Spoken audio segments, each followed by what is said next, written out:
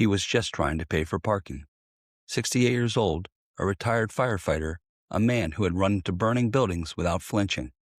But standing on a sidewalk on a sunny Wednesday afternoon, Keith Morrison was about to walk straight into a fire he couldn't see coming. He pulled out his phone. He found the QR code and he scanned it. And the trap, it was hiding in plain sight. This is Fraud in a Moment, and the truth starts now.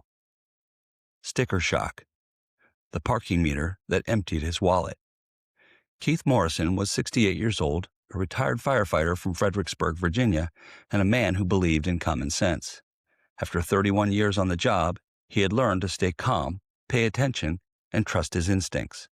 He was not reckless. He was not careless. And he certainly did not think of himself as someone who could be fooled by a sticker on a parking meter. One Wednesday in late April, Keith drove downtown to pick up a prescription and have lunch at his favorite diner, a place he had visited for decades. He parked along the main strip, stepped onto the sidewalk, and walked to the meter. On the front was a clean white sticker with a bold black QR code. Above it, in official-looking print, were the words, "Pay here.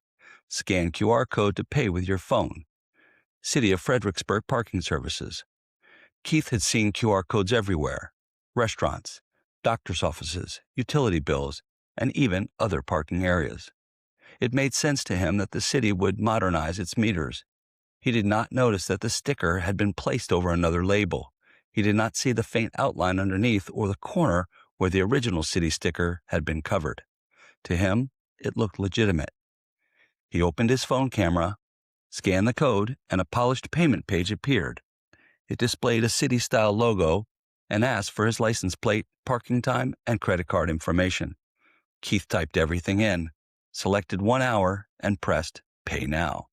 A checkmark appeared with the message, "Payment confirmed. Enjoy your visit." Satisfied, Keith put his phone away and walked to lunch. Lunch was ordinary. The soup was hot. The waitress knew his order, and Keith left a generous tip.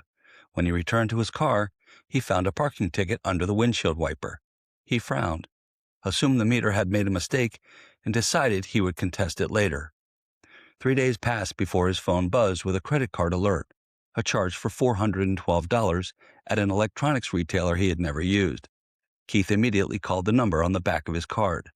While he waited on hold, another alert appeared, $780 at an online clothing store, then another, $241 at a digital gift card exchange.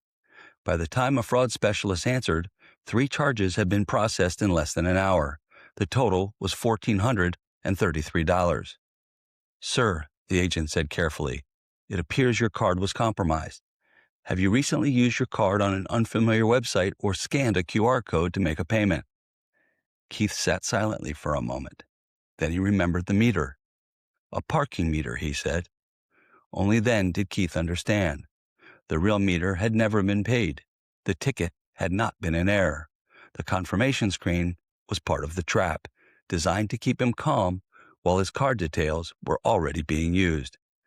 In the end, Keith had to dispute more than $1,400 in fraudulent charges. He also had to deal with the $55 parking ticket from the meter he thought he had paid. Keith was not foolish. He was targeted in a familiar place during an ordinary errand by a scam designed to look routine. That is what made it dangerous. The fraud did not ask him to believe something outrageous. It simply asked him to do something normal, quickly, while standing on a sidewalk. What did we learn from this story? Number 1, look before you scan. QR codes can appear on parking meters, menus, flyers, hospital signs, kiosks, and charging stations. Before scanning in public, check whether the code looks like a sticker placed over something else. If it appears added after the fact, do not use it. 2, check the original instructions. Criminals often place fake QR stickers over real payment labels. Look for instructions printed directly on the machine, kiosk, or sign. If the sticker conflicts with the built-in display or official wording, trust the original source. 3, read the web address. Before entering payment or personal information, check the URL. City parking sites should use an official city domain, often ending in .gov. If the address looks random, misspelled, or unfamiliar, close the page. Number 4, use trusted payment methods. When unsure, pay with cash, the machine's built-in payment option, or a verified app you already know, such as an official parking app used by the city. Avoid relying on a QR code you found in public. Number 5, do not trust confirmation screens alone. A fake website can display payment confirmed even when no real payment was made. If something feels off, verify through the official app, machine, or city parking account. Number 6, monitor your card quickly. Turn on real-time card alerts and check your statement the same day after scanning a public QR code. Fast reporting can help stop additional fraudulent charges. Number 7, treat unexpected tickets as warning signs. If you receive a parking ticket after paying a QR code, your payment may not have reached the real system. Check your card immediately. Number 8, report suspicious QR codes.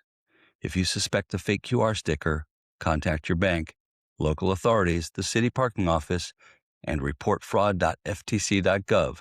Reporting one fake code may protect many others.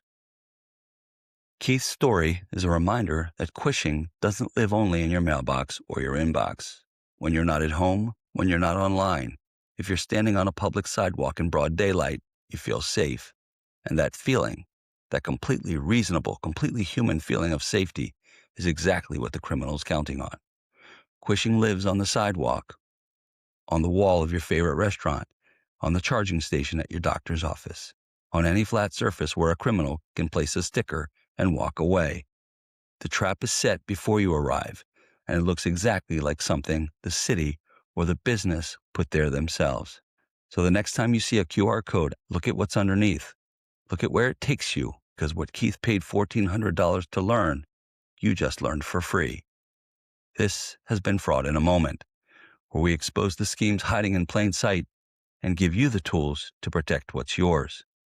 Until next time, stay alert, stay steady, and remember, when you have an encounter with a QR code, make sure it's not taking from you the mother lode.